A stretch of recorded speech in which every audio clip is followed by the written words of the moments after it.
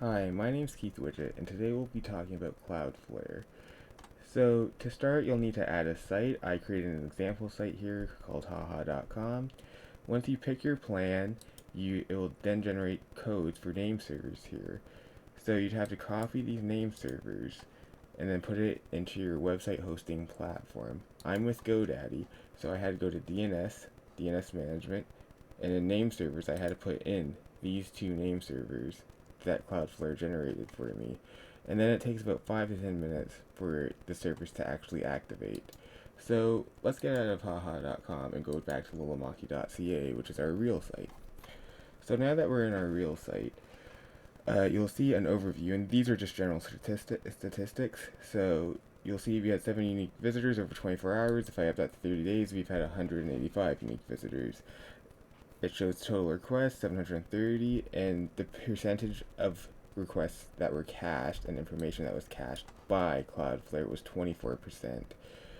And then you can go for the higher security features, you can go into these sites, but most of it is paid for.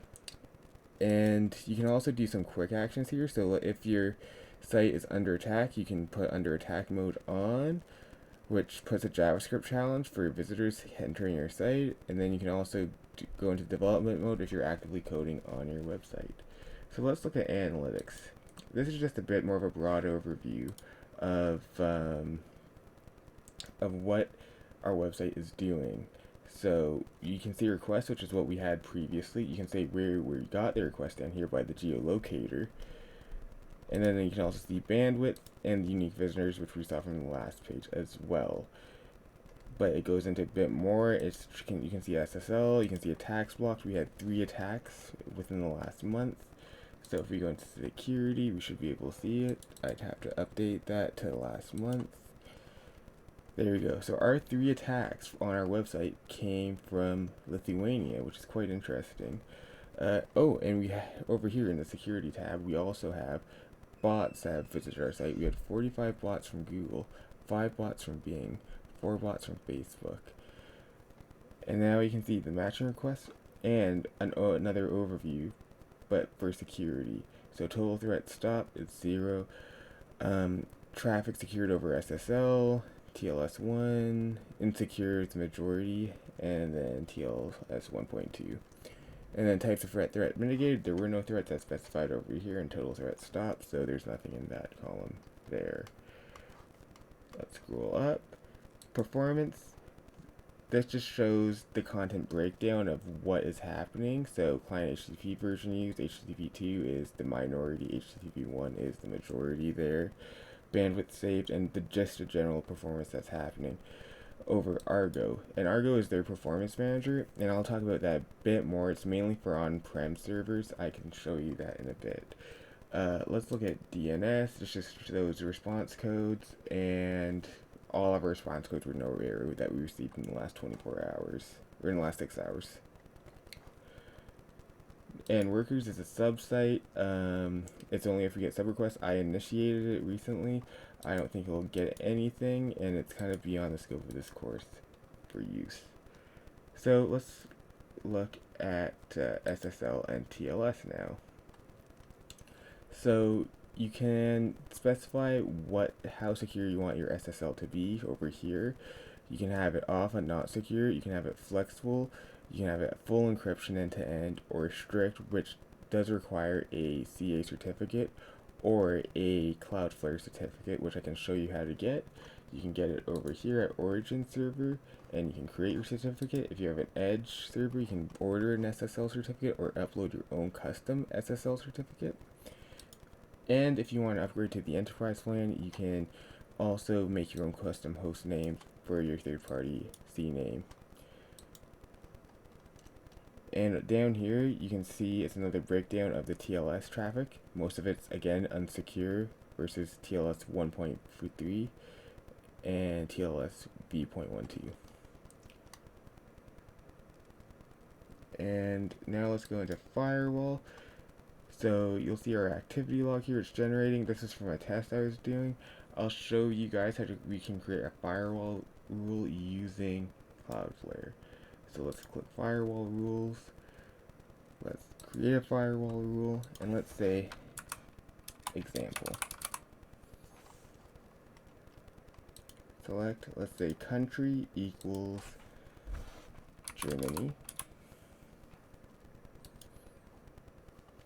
And we want it to challenge CAPTCHA. So let's deploy that. And let's do another one as well since we're here right now. Create a firewall rule. Example 2. Field country equals Spain. And let's have that challenge a cap. Let's block that one, not challenge CAPTCHA. Deploy. Okay, so I also have my handy dandy VPN here. So let me change my current location. So let's see, do we have Germany? There's Germany. Let's go Berlin. Change location.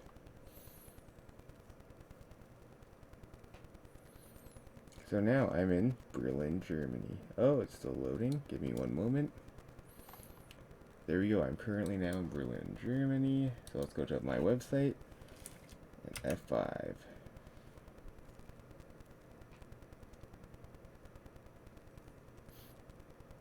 If it doesn't go through now, it might take a minute to go through all the way.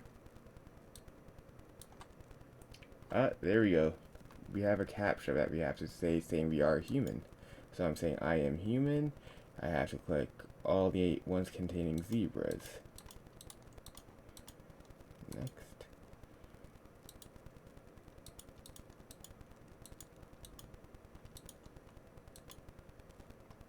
I am human, and I am now in Lolumaki.ca. So now let's try that one more time, but change location to Spain.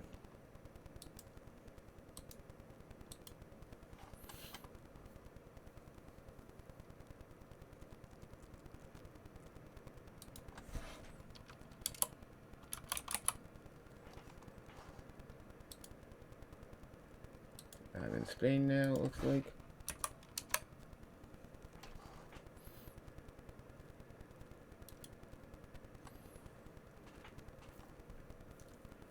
And it should just outright not connect on this attempt because of a firewall rule. There we go. Done by Cloudflare. Amazing.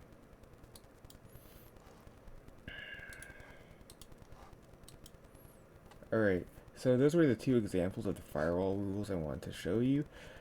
If we go to manage rules, you can see what we can do with it. We can get DDoS protection. If we upgrade to Pro, we can get web application firewalls. And in our overview, we should see my 2 attempts right now, right there. And if you look into tools, over here you can do rate limiting, and you can also do user blocking agent if there's a specific user you're trying to block. And then zone lockdown, you have to upgrade to Pro, but it basically locks down an entire region or zone of IP addresses, and it can be quite useful if you're under attack. So the access tab, this is just if you want to enable access on some devices so they don't have to authenticate and log in, and you can just directly manage your applications. Next is speed. So what this does, speed tests the speed of your website and how fast it is to get on. So as you can see with Cloudflare on, I get my full site at 1.9 seconds, where in development mode it's at 2.3 seconds. So it's a bit faster, not too much using it. And you can also optimize it even further by image resizing. Again, most of these are paid for. And it just makes the site load faster.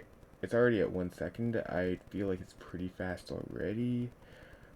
And a lot of these are just for resizing images, files, URLs,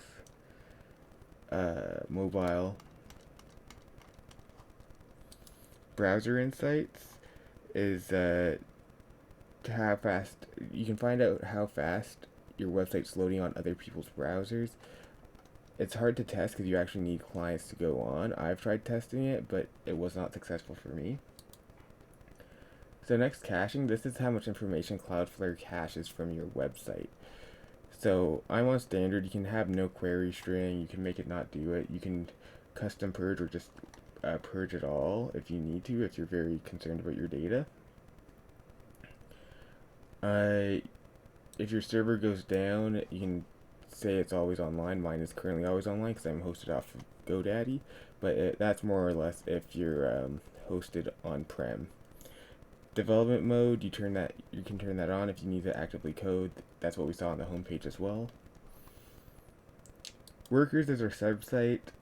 It's pretty much beyond the scope of this course in a sense that it's a sub website, and it's for almost an intranet type of thing, which we won't really be needing since we're using SharePoint, which you will see later on. Next is page rules. Now I made a custom page rule earlier on just to test it out, and it worked. So what it is on my website, let me F5, refresh, on Lolumaki.ca, if I hit click services, it should direct us to the About Us page. So when I click services, it's at About Us now. And that's just the rule it has. So you can do that, you can do other things. You can make it always use HTTPS, integrity check. I used forward URL, that's how you forward it to a different page. And you can just edit more things if you need people to go to a different site if you're editing it with that one page. I find it's quite useful. Next is network. This is how you can deal with network settings, again to increase performance, and it more relates to the speed area. So you can force HTTP2, but that's required by Solarflare or Cloudflare right now.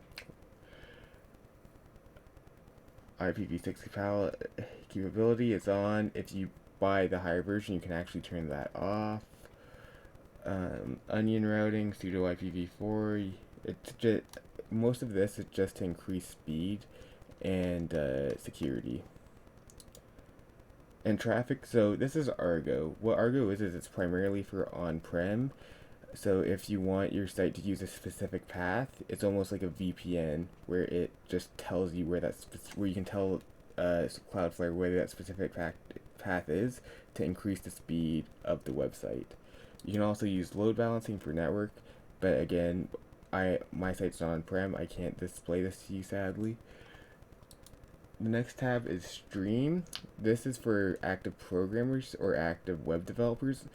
Instead of having to take down a site and write in all their script and code and then republish it, what you can do is enable Stream. It is paid for at $5 per month. It actively just inputs your code as you write it. It'd be quite handy if you were a programmer.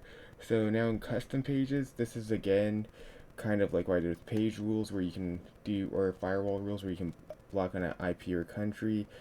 Most of this you have to upgrade to Pro, and it is pretty much just specifically for single pages if you're a web developer or you're trying to block certain pages.